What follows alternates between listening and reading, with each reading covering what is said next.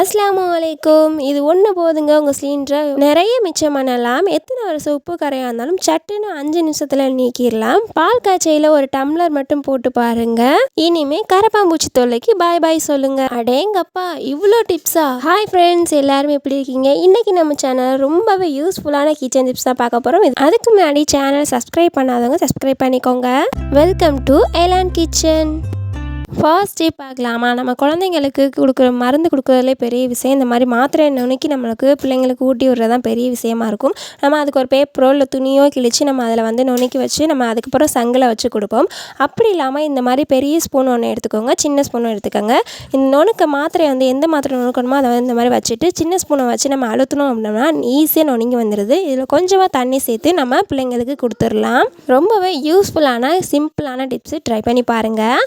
அடுத்ததான் அதே மாதிரி சின்ன ஸ்பூனை எடுத்து நம்ம நல்லா அனலில் சூடு காட்டிக்கலாம். இப்போ இது என்ன பண்ண போகிறோம் அப்படின்னா, நம்ம வீட்டில் நம்ம கொட்டிட்டு நம்ம கிராசரி ஐட்டம் மீதமாக அப்படியே கவரில் வச்சுருப்போம். இதை ஒரு ஸ்டாப்லரோ இல்லை ஒரு ரப்பரோ ஏதோ ஒன்று போட்டு வைப்போம். அப்படி பண்ணாமல் இந்த மாதிரி ஒரு பேப்பரை வச்சு நல்லா மடிச்சுக்கோங்க. இது மேலே நம்ம சூடு காட்டின இந்த மாதிரி ஸ்பூனை வச்சு நல்லா அழுத்தி தேய்ச்சி விடுங்க. தேய்ச்சி விட்டீங்க அப்படின்னா நல்லா டைட்டாக பிடிச்சிக்கும், நம்மளுக்கு சிந்தாது. இதுக்கப்புறம் நம்ம ஒரு ஸ்டாப்லரோ இல்லை ஒரு செல்லோ டேப்போ ரப்பர் பேண்டோ வச்சு போட்டு வைக்கணும்னு ஒன்றும் அவசியம் இல்லை. இப்போ பாருங்கள், கீழே கொட்டி காமிக்கிறேன், கொட்டவே கொட்டாது. ஸோ அந்தளவுக்கு நல்லா ஒட்டிக்கும் கவரு. கண்டிப்பாக ட்ரை பண்ணி பாருங்கள் இந்த டிப்பையும். அடுத்ததாக தண்ணி பாட்டில். இது நம்ம வீட்டில் பெரியவங்களோ சின்ன பிள்ளைங்களாம் திடீர்னு நம்மளுக்கு சளி காய்ச்சல் இந்த மாதிரி இருக்கும். அந்த மாதிரி இருக்கையில் நம்ம வெளியே எங்கேயாச்சும் போகிறோம் அப்படின்னா இந்த மாதிரி அவங்களுக்கு கொடுக்கக்கூடிய டேப்லெட்டை ஒரு ரப்பர் பேண்ட் போட்டு அந்த வாட்டர் பாட்டிலோடய வச்சுட்டோம்னா நம்ம மறக்க மாட்டோம். அடுத்த டிப்ஸ் என்னென்னா, இந்த மாதிரி தேங்காயை நம்ம உடைச்சிட்டு ஒரு முடியை திருவிட்டு இன்னொரு முடியை கொண்டு போய் அப்படியே ஃப்ரிட்ஜில் வச்சுருவோம். இது 2 நாளைக்கு அதுக்கப்புறம் நல்லா காஞ்சி நம்மளுக்கு யூஸ் பண்ணுறதுக்கு நல்லாவே இருக்காது, ஒரு ஃப்ரெஷ்ஷாக இருக்காது.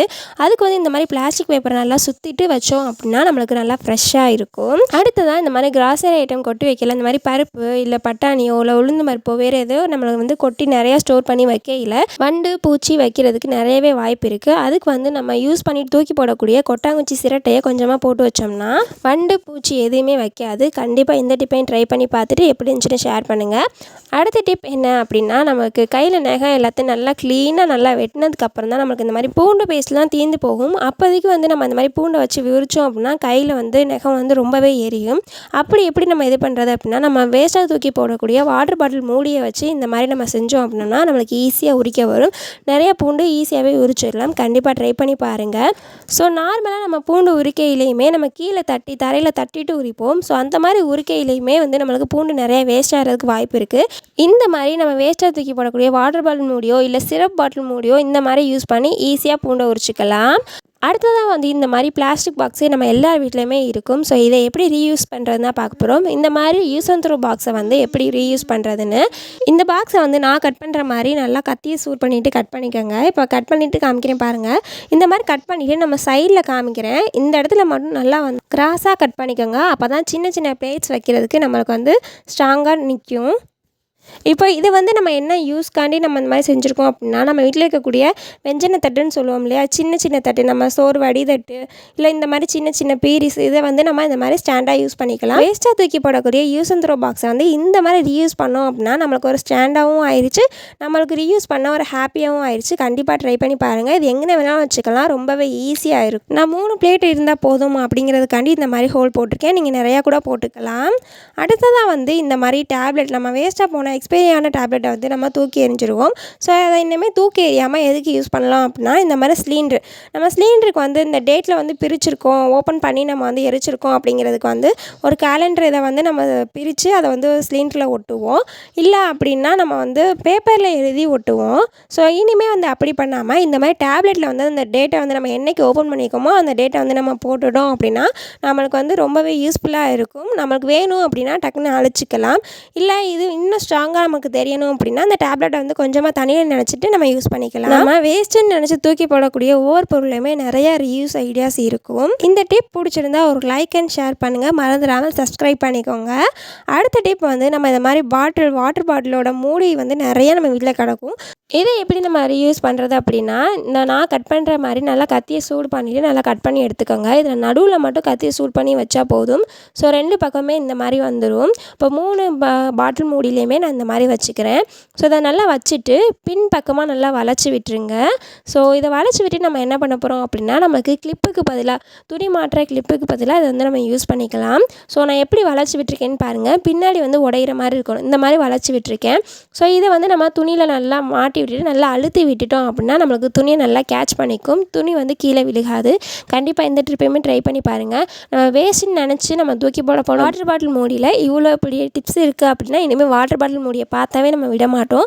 கண்டிப்பாக ஒவ்வொரு பொருளையுமே வந்து வேஸ்ட்டுன்னு நினச்சி தூக்கி போடாதீங்க, இந்த மாதிரி யூஸ் பண்ணிக்கலாம். ரொம்பவே யூஸ்ஃபுல்லான ஹெல்ப்ஃபுல்லான டிப்ஸாக இருக்கும். ட்ரை பண்ணி பார்த்துட்டு எப்படி இருந்துச்சுன்னு ஷேர் பண்ணுங்கள்.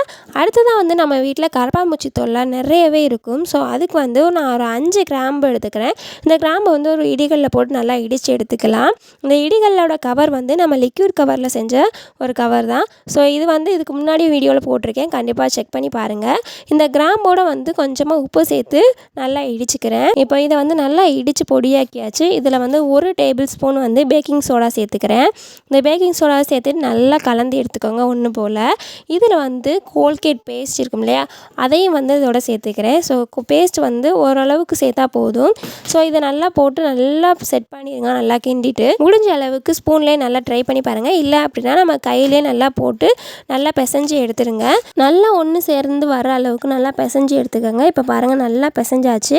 இப்போ இதை வந்து நம்ம என்ன பண்ண போகிறோம் அப்படின்னா, நம்ம வேஸ்ட்டாக தூக்கி போடக்கூடிய மாத்திரை அட்டை இருக்கும் இல்லையா, இதை வந்து நம்ம தூக்கி தான் போடுவோம். இதில் வந்து நம்ம பிசைஞ்சு அந்த எல்லாத்தையும் செட் பண்ணோம் இல்லையா, இந்த பேஸ்ட்டை வந்து நல்லா ஃபில் பண்ணி எடுத்துக்கோங்க. இப்போ 4 கவர் எடுத்திருக்கேன்னா இந்த மாதிரி. ஸோ இதை வந்து நல்லா நான் ஃபில் பண்ணி எடுத்துகிட்டு 4யுமே கட் பண்ணி எடுத்துக்கிறேன். தனித்தனியாக கட் பண்ணி எடுத்துகிட்டு நம்மளுக்கு எந்தெந்த இடத்துலலாம் கரப்பாம்பூச்சி தொல்லை இருக்கோ அந்தந்த இடத்துல வந்து நம்ம வச்சுட்டோம் அப்படின்னா நம்ம கரப்பாம்பூச்சி தொல்லை இனிமேல் இருக்கவே இருக்காது. நான் பார்த்தீங்கன்னா அடுப்பு கீழே தான் எனக்கு வந்து அதிகமாக இருக்கும். ஸோ நைட்டு தூங்கையில் நம்மளுக்கு வந்து கிச்சனில் நல்லா க்ளீன் பண்ணிவிட்டு இந்த மாதிரி செஞ்சு வச்சுட்டோம் அப்படின்னா நம்மளுக்கு கரப்பாம்பூச்சி தொல்லை இனிமேல் வரவே வராது. இதுக்கப்புறம் வந்து நம்மளுக்கு ஃப்ரிட்ஜுக்கு கீழே, அடுத்து வந்து சிலிண்டருக்கு கீழே, ஸோ எல்லா இடத்துலையுமே வந்து வச்சுட்டேன். இந்த டிப்பை ட்ரை பண்ணி பார்த்துட்டு எப்படி இருந்துச்சுன்னு ஷேர் பண்ணுங்கள். அடுத்த டிப் வந்து நம்ம எப்போ பால் காய்ச்சினாலுமே கொஞ்சம் நாச்சும் பொங்கி ஊற்றுற அளவுக்கு நம்ம காய்ச்சிடுவோம். ஸோ இது வந்து நம்ம எப்படி இது பண்ணுறதுங்கிறதுக்கு நம்ம வந்து கீயை நம்ம நல்லா அப்ளை பண்ணிட்டோம் அப்படின்னா நம்ம பால் வந்து பொங்கி கீழே ஊற்றாமல் இருக்கும். ஸோ இதுவுமே நல்ல டிப் தான். அடுத்து வந்து நம்ம பால் பொங்கி வரையில் ஒரு சின்ன சில்வர் டம்ளர் எடுத்து போட்டோம் அப்படின்னா நம்மளுக்கு பால் வந்து பொங்கி கீழே வழியாமல் இருக்கும். ஸோ அதை அப்படியே நின்று நம்மளுக்கு ரொம்ப நேரம் நம்ம வந்து கொதிக்கும். கண்டிப்பாக இந்த டிப்பையும் பார்த்துட்டு எப்படி இருந்துச்சுன்னு என்னோட ஷேர் பண்ணுங்கள்.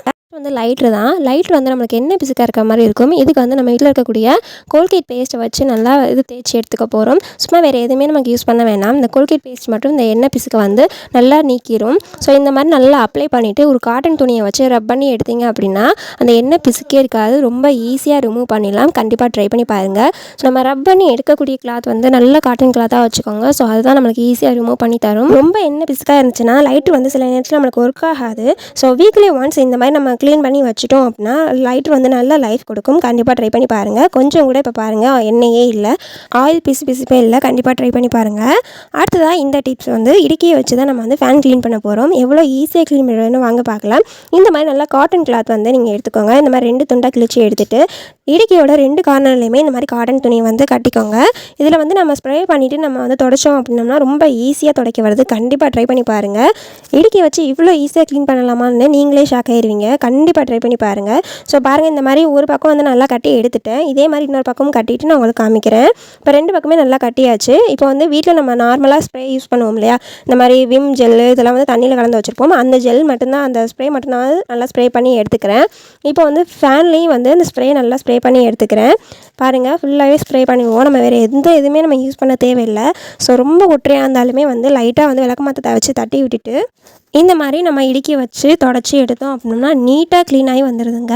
நீங்கள் ஒரே ஒரு வாட்டி ட்ரை பண்ணி பாருங்கள். ஸோ என்னால் கையில் வீடியோவும் எடுத்துகிட்டு இதையும் வந்து என்னால் க்ளீன் பண்ண முடியல, அதனால் ஃபுல்லாக க்ளீன் பண்ணிவிட்டு காமிச்சிருக்கேன் பாருங்கள். வீடியோ எடுக்காமல் ஒரு கையில் பிடிச்சிட்டு இன்னொரு கையில் தொடச்சோம்னா ஈஸியாக துடைக்க முடியுது. கண்டிப்பாக ட்ரை பண்ணி பாருங்கள். அடுத்ததான் இந்த கிழிஞ்சு போன கட்டப்பை, இதை எப்படி ரீயூஸ் பண்ணுறேன்னு ஏற்கனவே ஒரு வீடியோவில் பார்த்துருக்கோம். ஸோ இந்த வீடியோலையுமே உங்களோட ஷேர் பண்ணுறேன். இந்த மாதிரி ஒரு பெரிய தட்டு, நம்ம வீட்டில் எது ரொம்ப கொஞ்சம் பெரிய தட்டாக இருக்கும் அந்த தட்டை எடுத்து இந்த மாதிரி ரவுண்ட் போட்டுட்டு அதை நல்லா கட் பண்ணி எடுத்துக்கோங்க. இது போன வாட்டி நம்ம வந்து காய்கறி கூடைக்கு வந்து போடுறதுக்காண்டி யூஸ் பண்ணோம். இந்த வாட்டி வந்து நம்ம சிலிண்டர் வச்சு கரையாக ஆயிரும் அந்த தர பூரா. ஸோ அதுக்கு தான் யூஸ் பண்ண போகிறோம். இன்னும் பெருசாக கூட நீங்கள் கட் பண்ணிக்கலாம். ஸோ இந்த அளவுக்கு எனக்கு போதுங்கிறனால இந்த மாதிரி கட் பண்ணியிருக்கேன். இன்னும் உங்களுக்கு அகலம் ஜாஸ்தியாக வேணும் அப்படின்னா நீங்கள் இன்னும் பெரிய தட்டாக வச்சு நல்லா ரவுண்ட் பண்ணி எடுத்து கட் பண்ணிக்கோங்க. நம்ம சிலிண்டர் எந்த இடத்துல வச்சுருக்கோமோ அந்த இடத்துல வந்து இந்த மாதிரி ரவுண்டாக வந்து நம்மளுக்கு கரை படிஞ்சிடும். இந்த கரை எப்படி நீக்கிறது அப்படின்னு ஒரு வீடியோ எடுத்திருந்தேன் இதிலே அட்டாச் பண்ணுறதுக்கு. ஸோ இது வந்து மிஸ் ஆகிடுச்சு. அடுத்த வீடியோவில் கண்டிப்பாக டேக் பண்ணுறேன். இப்போது நம்ம கட் பண்ண கட்டப்பை துணியை வச்சு நம்ம சிலிண்டர் அது மேலே வச்சிடலாம். இனிமேல் கரை படியாது. அடுத்தது வந்து இந்த கம்பினார், இந்த ஸ்க்ரப்பரை வச்சு தான் நம்ம வந்து பாத்திரம் தைக்கிறதுக்கு நிறையவே யூஸ் பண்ணுவோம். இதை வந்து கிச்சன் கிளீனிங்க்கு எப்படி யூஸ் பண்ணுறதுனா இந்த வீடியோவில் பார்க்க போகிறோம். இது வந்து நம்ம வீட்டு கிச்சனில் யூஸ் பண்ணக்கூடிய அந்த வைபரில் வந்து நல்லா மாட்டிக்கலாம். ஸோ நான் மாட்டுற மாதிரி மாட்டிக்கோங்க. இதை மாட்டிட்டு என்ன பண்ண போகிறோம் அப்படின்னா கிச்சன் டைல்ஸை வந்து ஈஸியாக க்ளீன் பண்ணலாம். நம்ம வந்து மெனக்கட்டு போட்டு தேய்ச்சி க்ளீன் பண்ணணும் அப்படி இல்லை. எவ்வளோ கரையாக இருந்தாலுமே இது நல்லா ஈஸியாக க்ளீன் பண்ணிடலாம் தேய்ச்சி எடுத்து.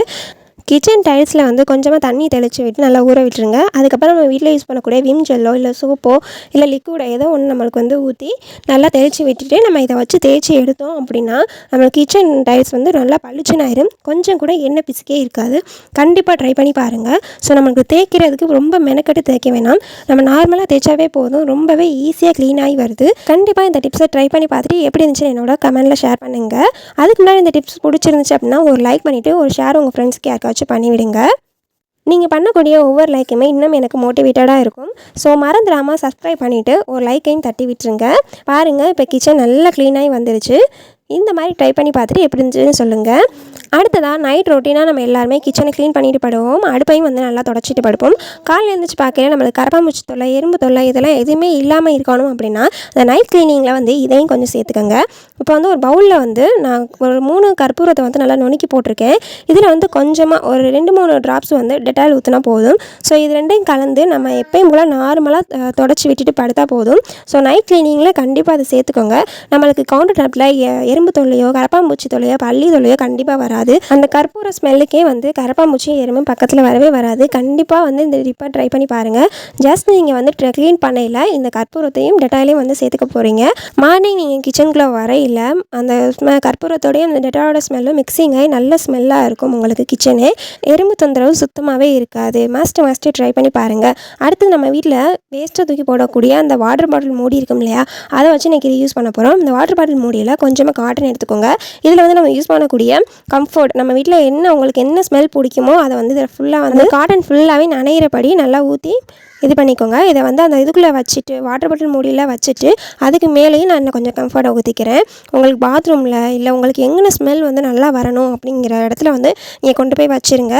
வீடு எல்லாத்தையுமே மாப் போட்டு விட்டுட்டு இந்த மாதிரி செஞ்சு நம்ம வச்சோம் அப்படின்னா அன்றைக்கி ஃபுல்லாகவே நம்மளுக்கு நல்ல ஸ்மெல்லாக இருக்கும். ஸோ நான் வந்து ஹாலில் ஜன்னல் ஏரியாக்கிட்ட வச்சுருக்கேன். ஸோ வீட்டுக்குள்ளே நுழைஞ்சாலுமே நல்ல ஸ்மெல் வரும் இல்லையா, அதனால அப்படி வச்சுருக்கேன். உங்களுக்கு வந்து பாத்ரூம் ஏரியாவில் இல்லை கிச்சனில் இல்லை ரூமில் எது எங்கே வைக்கணுமோ வச்சுக்கலாம்.